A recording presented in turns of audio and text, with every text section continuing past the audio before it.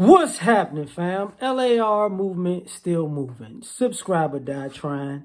You see the thumbnail. My early voting experience. So this morning, I went to the gym, worked out, and as soon as I left the gym, I did my early voting. Didn't take long, 10, 15 minutes. But this time, it was a little different. So for all you people who do all the protesting and you do the marches for voting and voting right and voting registration, I've said this before. You need to push for early voting because it saves a whole lot of time and effort, and it kills all of the silly laws. As long as you registered, that's all you need. Register, get an ID, blah, blah, blah. And, swipe your stuff at any location, as long as it's in the county, and you can vote just like that. And normally people aren't voting. But this particular scenario was a bit different. I'm in Texas, so I'm going to tell you what happened. So normally, we had the machines that were modern, but not so much, because they had the little dial clicker that you, and you hit the button, hit the button. So the dial takes you to the person you want to vote for. And the thing about it was, they'll ask you in the beginning, if, which party you're with, if you want to vote a straight party ticket line. And I'm like, and I'm one of those people who I don't vote straight ticket line. There's certain people I vote down a certain ticket, but there's certain people I'm not rocking with them. So I won't vote for them. But in this scenario, it was digital touchscreen. But before you even got to the touchscreen, you made your affiliations known at the desk. Like where you give your ID picture and it flips over and it says, what party are you representing? The Democratic or Republican? So once you hit a party, I said, so oh, you need this information now? It's like, yeah, they changed it. I said, okay. So once you hit a party, when you go to vote on the machine, it's a straight ticket line. So if you're a Republican, it's all Republicans, no Democrats. If you're a Democrat, it's all Democrats, no Republicans. And what I find to be interesting about this is that ain't voting to me. Maybe I didn't want to vote for all of the people. And sometimes, it's like, okay, well, I'm just not going to vote at all for this category. Because who I want to vote for is on the other side.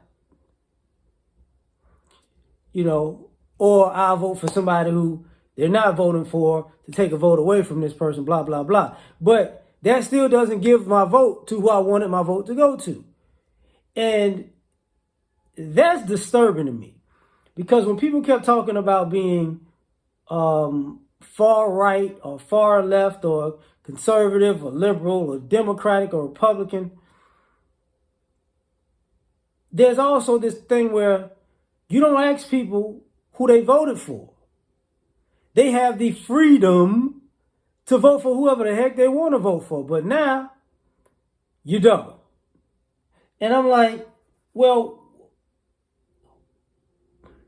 who says I wanted to vote for this? Like, I'm one of those people who, there's certain people, I don't like them. I don't like how they operate. I don't like their policies. I don't like their politics. Even if they're in a party that I'm partial to, I'm going with the other side. They make more sense to me. Sorry. Other people in your party can get my vote, but you? Oh, no, not you. So the freedom of choice is kind of weird. Because now, as a voter, I'm like, you taking my choice away. Now, somehow, critical race theory pops on the ballot. Do you want your kids to learn about things about race and gender? And I'm like, why did y'all put critical race theory on the ballot? And because it's stupid to put on the ballot. I'm gonna tell you why it's stupid. You're telling everybody it's a dog whistle that you're telling all the white people and all the people who want to be white and sympathize with white, you shouldn't have history of other people who aren't white in America because of their race, religion, or gender, but you're teaching race, religion, and gender with white people's history. So it's stupid. And that's not even in the school. And it's just like, it's just ridiculous. It's a waste.